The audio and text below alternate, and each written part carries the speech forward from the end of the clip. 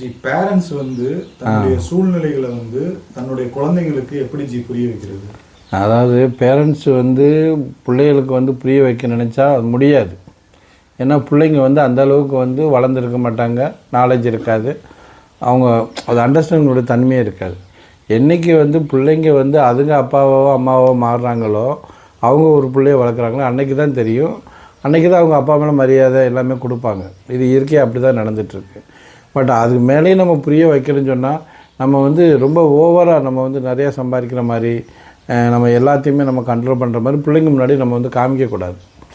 நம்மளோட என்ன சொல்கிறது, நம்மளோட பந்தாவெல்லாம் பிள்ளைங்க முன்னாடி காமிக்கக்கூடாது. நம்ம என்ன கஷ்டப்படுறோங்கிறத மறைமுகமாக சூட்சமமாக நம்ம காமிச்சிக்கணும். நம்ம ஒரு அளவு வளர்ந்ததுக்கப்புறமா உனக்கான அப்படி கஷ்டப்படுறேன் இப்படி கஷ்டம்னா பிள்ளைங்க வச்சுக்கணும், நீ எதுக்கு பெத்தன்னு கேட்டு அவன் போயிட்டே இருப்பான்.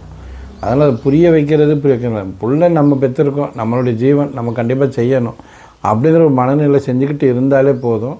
அது ஆட்டோமேட்டிக்காக போயிட்டுருக்கணும். செய்ய வேண்டியது மட்டும்தான் பேரண்ட்ஸ் கடமை.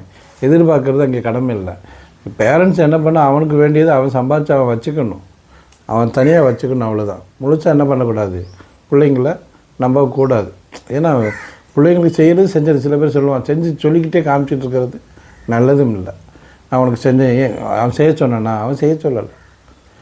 இவனுடைய சந்தோஷத்துக்கு அவன் செஞ்சான். இவன் விட்டு பிள்ளைகளுக்கு கிடச்சான், பக்கத்து வீட்டு பிள்ளைக்கா செஞ்சான், இல்லை இவன் பெற்றதான் தான் செஞ்சான். அப்போ அங்கே வந்து எல்லாத்தையும் காமிக்க முடியாது. சில விதிகளை சில பிள்ளைங்க நல்லா வரும், சில நேரங்களில் சில பிள்ளைங்க வந்து தவறாக வளரும். அது இயற்கையோட சூழ்நிலை. நம்ம வந்து என்ன பண்ணலாம், நம்ம இவ்வளோ தூரம் கஷ்டப்படுறோங்கிறத சில குழந்தைகளை பார்த்து கண்டுபிடிச்சிருங்க. நம்மளும் ஓரளவு நம்ம காமிக்கணும், அவ்வளோதான். மற்றபடி ஓயாமல் சொல்கிறதோ ஓயாமல் அதை வைக்கணும் அல்லது அதை பற்றி கவலைப்படுறதோ அதில் ஒரு அர்த்தம் இல்லை. நல்வாழ்த்துக்கள்.